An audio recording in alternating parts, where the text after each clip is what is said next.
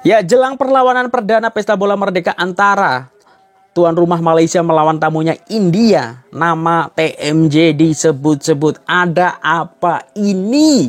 Kemudian ternyata renovasi ataupun penambahan fasiliti dari Stadium Nasional Bukit Jalil, benchmarkingnya adalah stadium dari Johor Darul Ta'zim, yaitu Stadium Sultan Ibrahim. Nah, nanti kita akan ulas seperti apa. Dan ditambah soal India yang menganggap bahwa apa yang dicapai Malaysia sekarang ini memang lebih bagus ya. Mengakuilah bahwa Malaysia ini lebih bagus. Nah, detailnya seperti apa? Ikuti ulasannya, ikuti video ini sampai akhir. Selamat datang di JJS Update. Ya, assalamualaikum warahmatullahi wabarakatuh. Selamat malam orang semua. Jumpa lagi dengan saya Jutama dari Jalan-Jalan Sepak Bola. Nah, ini aku pakai kaos dari Boss ya, appreciate atau shout out buat my bro Safik Maskop di Batu Pahat yang dulu ngirimin kaos ini ya. Oke, semoga orang semua sehat-sehat. Ini aku buat video ini malam Jumat. Ini beberapa menit sebelum perlawanan antara Indonesia melawan Brunei Darussalam yang akan memulai untuk kualifikasi awal Piala Dunia ya. Karena Indonesia harus mulai dari bawah. Dan aku yakin ini akan mendapatkan kemenangan yang cukup banyak. Nah, walaupun aku sebenarnya agak bersedih karena tim nasional futsalnya gagal lolos ke Piala Asia. Malaysia juga kayaknya gagal ya. Dengan coach dari Thailandnya. Ya, semoga nanti boleh berbenah dan bisa lebih baik lagi lah prestasinya. Oke, kita akan update jelang laga perdana Pesta Bola Merdeka antara Malaysia melawan India yang nanti yang menang ini akan ditunggu oleh Tajikistan yang memastikan ke final karena kita tahu Palestina menarik diri dengan masalah yang ada di Timur Tengah ya, masalah yang ya lagi-lagi Israel macam itulah ya. Kalau kita pasti standnya untuk Palestina tentu ya. Oke, yang pertama ini soal nama TMJ yang disebut-sebut jelang laga perdana Pesta Bola Merdeka ya. Tapi ini disebut-sebut ini dalam hal yang positif. Ini aku baca dari makan bola harimaumalaya.com. Terima kasih TMJ atas usaha berikan kami padang baru. Nah, jadi ini disampaikan oleh player dari Harimau Malaya yaitu Matthew Davis yang kebetulan juga adalah pemain dari Johor Darul Ta'zim ya. Pemain pertahanan pasukan kebangsaan Matthew Davis meluahkan rasa bersyukur dan berterima kasih kepada Tunku Mahkota Johor, Tunku Ismail Idris atas inisiatif Baginda yang menaja penukaran rumput di Stadium Nasional Bukit Jalil. Menurut Matt, beliau dan rekan pasukan ternyata teruji apabila akhirnya dapat kembali beraksi di Stadium Keramat Harimau Malaya pada kejuaraan Pesta Bola Merdeka 2023 yang membuka tirainya esok. Kami sangat gembira dan teruja dapat kembali turun beraksi di Stadium Nasional Bukit Jalil di hadapan puluhan ribu penyokong negara selepas lebih setahun tidak dapat berbuat demikian. Saya juga ingin berterima kasih kepada TMJ atas inisiatif berterusan untuk menyediakan padang baru untuk kami sekaligus dapat bantu kami untuk bermain dengan lebih menarik untuk peminat. Menjelang perlawanan pembukaan esok menentang India, Matt berkata beliau dan rekan pasukan sudah bersedia untuk perlawanan esok karena sudah dapat bayangan corak permainan yang akan ditampilkan oleh pasukan lawan ya. Ya memang pada awalnya kami tidak tahu banyak ya mengenai pasukan India, tapi ketua jurulatih Kim Pan-gon dan barisan kejurulatihannya telah membuat kerja mereka dengan baik sekali ya dalam menganalisis pasukan lawan. Jadi kini kami sudah tahu banyak mengenai lawan kami nanti ya. Nah, ini menarik ya. Nampaknya memang sangat siap.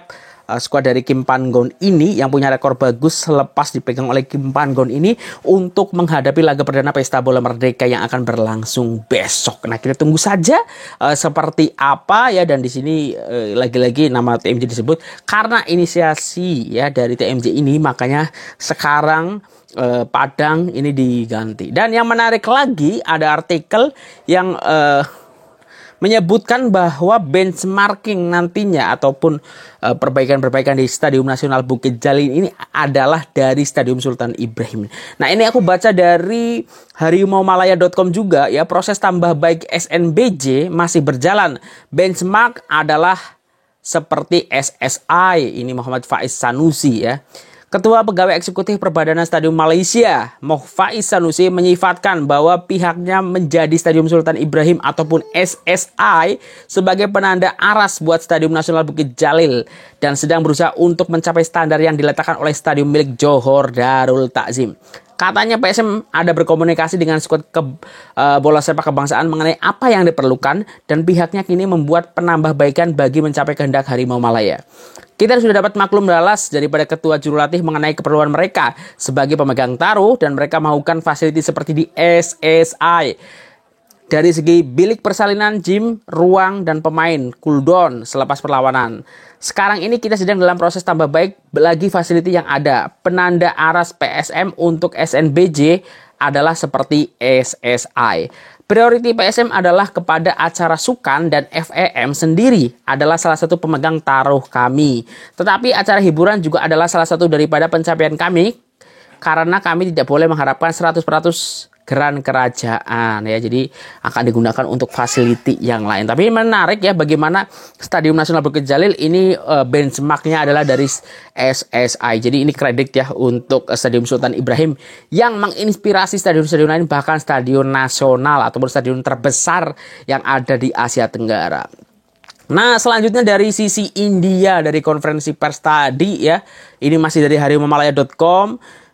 Igor Stimac akui pasukan Malaysia kini lebih bagus dengan kehadiran pemain warisan dan naturalisasi. Nah, ini statement dari India ya. Ya, saya sedikit cemburu dengan Malaysia karena dengan apa yang dilakukan oleh Persatuan Bola Sepak Malaysia FEM dalam sejak beberapa tahun belakangan ini, yang mana Anda ataupun Malaysia menggunakan tools yang ada untuk tingkatkan kualitas pasukan kebangsaan. Anda mempunyai ramai pemain warisan yang mempunyai pengalaman luar dan Anda juga menggunakan pemain naturalisasi yang membantu pemain-pemain lain untuk berkembang.